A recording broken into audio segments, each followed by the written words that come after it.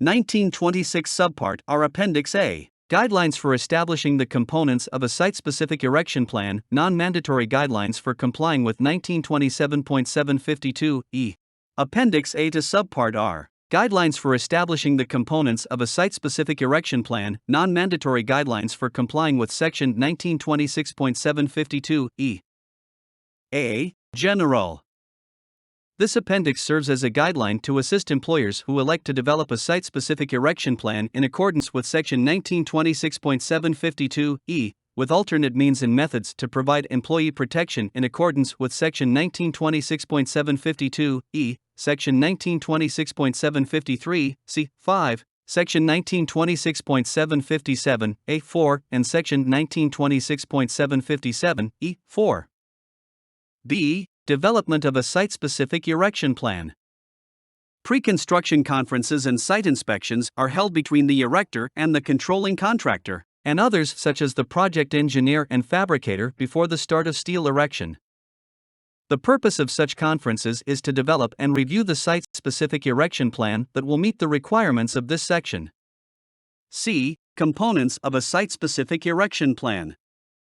In developing a site-specific erection plan, a steel erector considers the following elements: C1 through C13, the sequence of erection activity, developed in coordination with the controlling contractor, that includes the following: material deliveries, material staging and storage, and coordination with other trades and construction activities.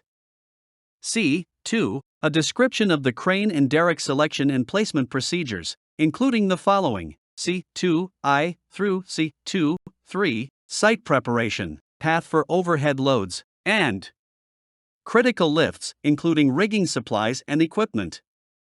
C3, a description of steel erection activities and procedures, including the following: C3I through C37, stability considerations requiring temporary bracing and guying, erection bridging terminus point, anchor rod, anchor bolt, notifications regarding repair, replacement and modifications, columns and beams, including joists and purlins, decking, and ornamental and miscellaneous iron.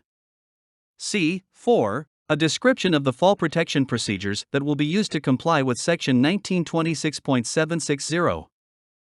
C5, a description of the procedures that will be used to comply with Section 1926.759.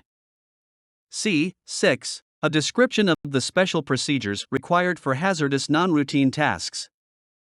C7, a certification for each employee who has received training for performing steel erection operations as required by Section 1926.761.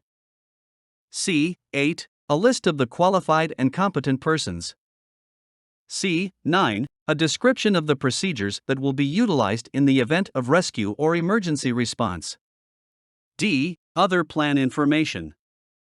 The plan D1 includes the identification of the site and project, and D2 is signed and dated by the qualified persons responsible for its preparation and modification.